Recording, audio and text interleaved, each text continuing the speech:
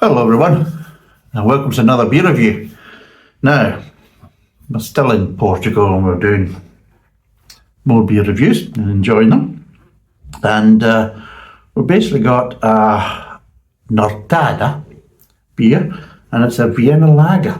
There you go, Nortada.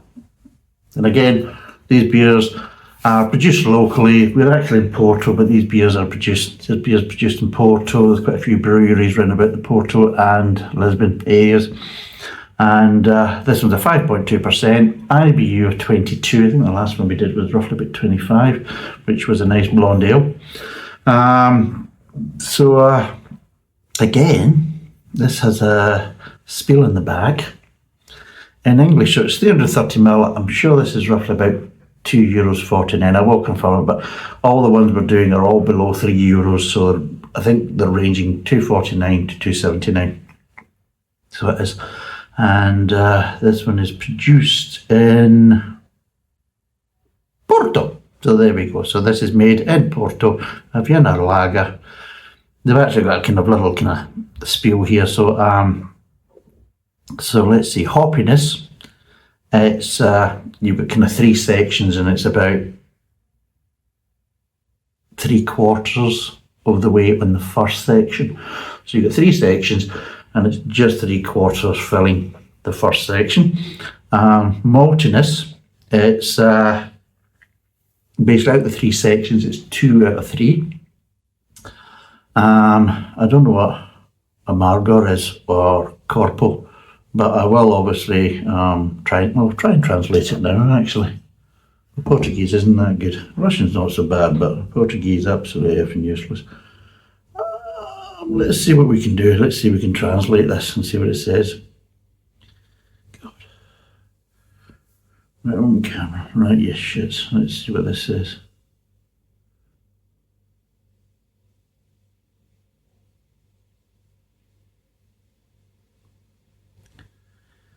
So body and bitterness. So corpo is body, and amargor is bitterness. So bitterness is roughly about 1 section out of the 3, and body is again 1 section out of the 3. So it's 1 out of 3 for the body, 1 out of 3 for the bitterness, 2 out of 3 for the maltiness, and just less than 1 section out of 3 for hoppiness. So it's not very well hopped. So let's see what it quickly says. God, this is dragging on. I'm trying to do these quite quick.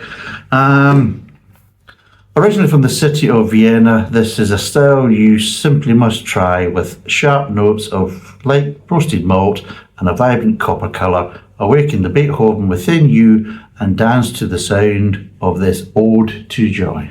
There you go, eh? Even in Portugal, they're at it, you know. You think you've moved over to Portugal, I'll get away from all the pish and the bollocks, and there you go. Not only do they have it, but they have it in Portuguese, English, Spanish, and I don't even know what that language is. Oh yeah, sorry, it's French, that one as well, yes. So there you go. So you can have it in multiple different languages. All that wonderful piss. Let's crack it open, see what we've got. One bloody glass. So I'll basically keep washing it for the next one. Right, let's see what we've got. There we go. So again, I'm actually quite enjoying this, because there's absolutely loads of nice beers, actually. Loads of beers. There's all different types of stouts and porters and everything up in that supermarket.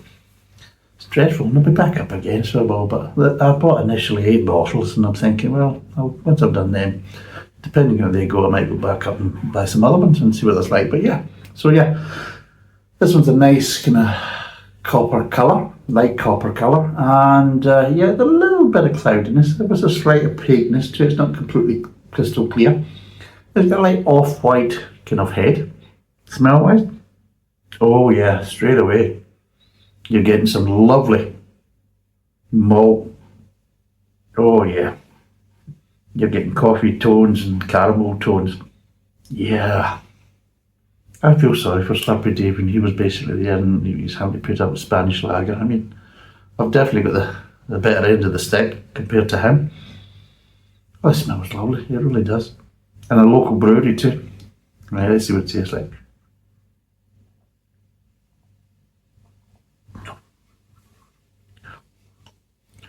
Gosh, that is absolutely very pleasant. It really is.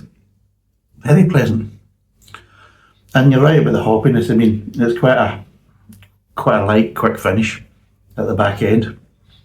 But front of mouth, mid-tongue, some nice maltiness there. Yeah. It's got an IBU of 22, but yeah, and it is light on the body. They're not lying. Out of 3, it's a wee bit light on the body. Bitterness, yeah, it's only 1 out of 3. Maltiness, it's 2 out of 3, and hopping, yeah. So yeah, it's just a nice, light, kind of refreshing malty lager.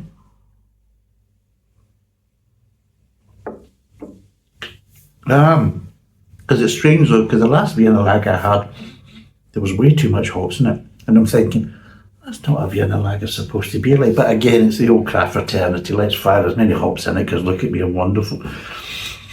And you know, well, let's pay attention to the more kind of original recipes, but they just don't. Well, we'll take the original recipes and we'll improve it by just firing more loads of hops in it. Well, they haven't done this, which is good. So let's quickly break down the flavours.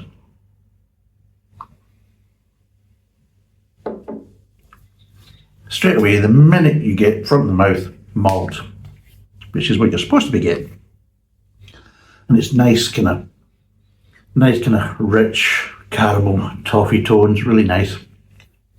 A little bit of sweetness, but not too much actually, because one of the big problems is sometimes it can be overly sweet and then becomes sickening, and it loses that kind of refreshing side to it. Whereas this has still got the refreshing side to it because it's not too sweet. So you're getting the nice malty flavours and you get a bit of sweetness, but it's not uncontrolled. It's actually kind of dialed nicely back, and it's just quite nice. It's just enough. You don't want any more than that. And a nice bit of grain moves on to the mid-tongue. And yeah, what happens is that the malt flavours kind of, how would you say, kind of separate a wee bit. So what they do, they just become a little bit more defined. So you're getting the kind of maltiness kind of mixed together at the front of the mouth, but then they start to kind of become cleaner in the mid-tongue. So you can actually identify the different layers of malt. So you can identify a little bit of golden syrup, you can identify a little bit of caramel, and you can identify a little bit of high-end toffee tones as well. And it just overall is a little bit of malty pleasure. It really is. It's absolutely lovely. And this one was, I think this was $2.79. I'm sure this one was $2.79, and to be totally honest, it's actually very nice. And then it moves on from the kind of back end of the mid-tongue onto the kind of aftertaste in the back of the mouth. It just, all the flavour just nicely kind of dissipate quite nicely. A little bit of dryness there, just a little bit. But yeah, just very clean finish, and overall, nice, refreshing, good level of malt, not too heavy in the body, because this is one of the things is as well, you don't want it too sweet, but you also don't want it too much body, because then it loses that refreshing kind of aspect, because it is supposed to be a lager. And overall, it's just really nice. I'm actually very surprised at that. Fair play to you, well done. So what would I give this out of 10? Well, easily, quite easily. Like I said, I like bigger bottles, but that's just the British in me, whereas most of these type of bottles, they're all kind of 330ml. So I'm in somebody else's backyard. I'm not my own backyard, so I can't really apply these type of things. It seems to be the norm that 330ml is the kind of standard with these type of beers, so I've got to go along with it. But yeah, it's an easy 7 all day long, easy 7, and I would recommend it if you're kicking about in Portugal and you see this in the supermarket. Get it. You'll enjoy it. If you like maltiness, you'll like this, and you still want it, you can chill it down and enjoy a nice refreshing drink, but with a bit more maltiness and a bit more kind of a bit more girth to it. So yeah, 7 out of 10. It's 5.2%. 22 IBUs. Thanks for watching. Cheers, and bye for now.